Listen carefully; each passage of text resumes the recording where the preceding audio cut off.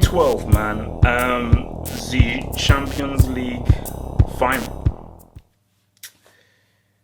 I've gone on record in saying that if you didn't believe in juju or magic, this was the match in which you definitely had to believe in it, because to this day, right now, as I put this video out, I still do not know how on earth Chelsea won this game. But you have to look at.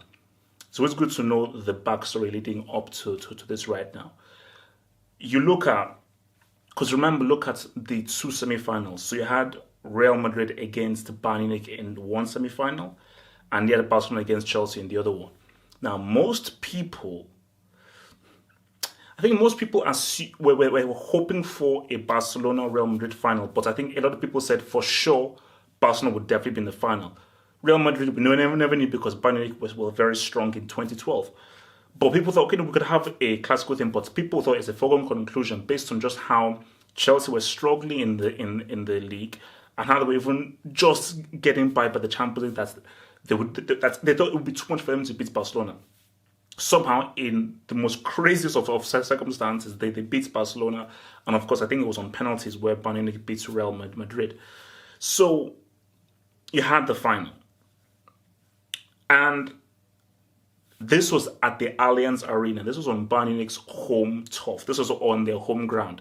So it was pretty much believed that, you know what, Bayern Munich were the heavy favourites. They were by far the better team. They had by far had the better Champions League campaign, and they were playing on home soil. And for Chelsea, it was a case of maybe they would get better in the final. But as the final went through, you just saw how it was a mismatch. Bayern Munich were so much better than Chelsea. Because Chelsea, again, they just didn't have a flow. They didn't really have a rhythm. And Bayern Munich, they completely dominated the game. And I remember, I think this was Toni Kroos was actually still playing for Bayern. And he ran the flipping show. I mean, the amount of touches he had and how he just dictated the play, he ran the flipping show. And when Bayern Munich scored, and I think they scored like in the 75th or 76th minute, and that I think was Thomas Muller that scored. I actually remember his crazy customary celebration. When he scored, game over.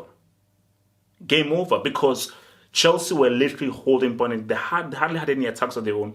Bayern Munich were just like, they looked at the better team. They were far more at ease, and they looked as if, you know what, we are going to win this game when we decide to win this game. So when Muller scored with 15 minutes to go, it was like, how are Chelsea going to get a goal from anywhere? They've hardly been in the game. And even when they were forcing themselves to be back in the game, when you spend 70 minutes mainly defending, having no real sustained attacks, and coming under so much pressure and being outplayed, it's very hard for your mind to switch to, let's get an equalizer. So as I was watching it, I was like, look, it's finished. And I think it was like in the 90th minute. So the corner comes through. And I remember when Lampard went for the corner, I think he was telling some guys to stay back or something. I think he was saying some defenders or some people to stay back. And when I went to the corner, I was like, look, nothing's going to happen. Where's the goal going to come from? So as that corner came in, remember, I was watching it with my guy, Billy the Kid, I think. No, sorry, I was watching it myself. And then when Drogba struck that was a ridiculous header. Because of how he connected with it, the run he made, how he finished it, it was an incredible header. And when Drogba scored that, you could feel the soul taken out of that stadium. Like, that was the very definition of clutch, because it was so clutch because of how much Chelsea were being outplayed, how totally out of the game that they were. So when he scored, I was like, where the hell did that come from? So I was like, Drogba really saved this guy. So we're going to extra time. And Bayern continues to dominate. And Toni Kroos has an even greater influence on the game. But in my mind, I was thinking that, man, maybe Chelsea's spirits out. Because when they scored that equalizer, I was like, Chelsea had, you know what, we have the blitz. Chelsea were like, fine, we are going to get outplayed. We're not going to play better than these guys. These guys are superior to us. But the very fact that we still managed to get that goal, maybe we've got something special. Penalty. And it was Drogba who scored the equalizer that gave away the penalty. And a guy like Robin scoring and at the penalty spot, you know that this guy was going to score. When Robin missed that penalty, I was like, okay, I see where this is going now. When he missed that penalty and check status, I was like, the powers are now with Chelsea. Chelsea now have the powers. And I was like, for Bayern Munich to win this game, you have to win this in open play. Because if this goes to penalties, I just think that conceding that equalizer so late on after playing so well, getting the penalty, conceding the penalty, it was like, you know what, these guys are doomed. So as we now went on, it got to penalties right now. And the notion was always that Germans are always amazing at penalties. That, Germans, they do their thing. But you could feel the pressure.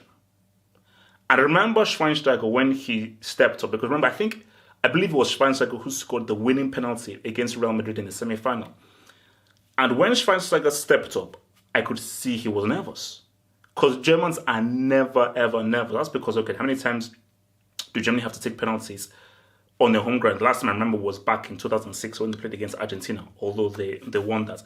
But I think because this was a final at their home stadium, where it was the majority of their fans, and in the stadium that they know so well, you could feel that the pressure was on them for the penalties. For Chelsea, nobody thought they would even get this far. So for Chelsea, it was almost like if we have nothing to lose.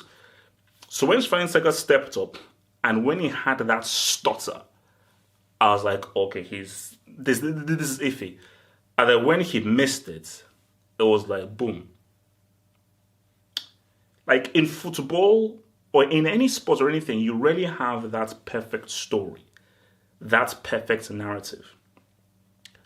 I cannot think of a more perfect narrative as to when Drogba went up to take the penalty, the decisive one. I was like, this is ridiculous. Like, he could have still missed. But I was like, it's written too well. All the FA Cup wins, the league wins, the goals that he has scored, how he has defined Chelsea in this modern era, scoring that equalizer, giving away the penalty being saved. I was like, it just makes sense for him to score. So for him to miss, it'd be like, this doesn't make sense. So when he came in and calmly put that away, like with that kick, Drogba not only etched his name into Chelsea history, without a doubt he became Chelsea's greatest player. As in, any Chelsea fan that says anyone other than Drogba is the greatest player is a liar to you, because the guy pretty much won them that Champions League. Because you have to look at the fact of everything else he's done, league-wise and FA Cup-wise, but the fact that he scored the most clutch goal in Chelsea history. That equalizer in the final minute is the most clutch goal in Chelsea history, and he scored the winning penalty with all pressure on him. The winning penalty at the Allianz Arena, it was huge. So even when I remember that and I look back on it, to this day, first of all, I didn't even know how Chelsea got to the final, because their match against Barcelona made no sense. Because again, they got outplayed by Barcelona, and again, remember, Messi missed a penalty, but the way in which Bayern Munich dominated this game, it made no sense that Chelsea were going to beat it. I think Chelsea were much more in the game against Barcelona, although you look at that semi-final, they were down to 10 men. They were down to flipping 10 men. I thought this was also one where John Terry put on a jersey and pretended to be with the team. Strange. So when you look back at that, because I've always said that they deserve to win it. Of course they deserve to win it. But at the same time, it's like, who do you give credit to? What did Di Matteo do tactically to win? Maybe say you can give him some tactics for going down to 10 men, but what did he do tactically to win that game in the final? I don't know how I can give him credit. The only thing I can say is the team believed. They remained believing. They had some luck, because Bayern Munich should have scored a lot more goals, and they missed a penalty. So you can see that skill from Czech, but luck as well in Robin did not really fully get with full execution without that penalty. But Drogba alone didn't win them that thing. It's a team effort. That was a team effort from the beginning of the campaign to the end of the campaign. But it is very hard to ignore Drogba's impact throughout the Champions League campaign, but I think specifically in this game. Because remember, I think he also scored the crucial goal in the first leg against Barcelona. So I think when you just look at this right now, you're like, man, like Drogba really pulled one out.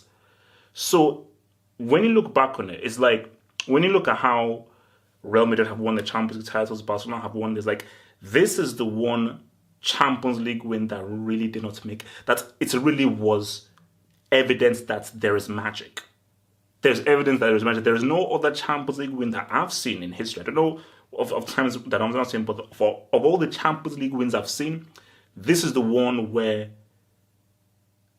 the team didn't play that great.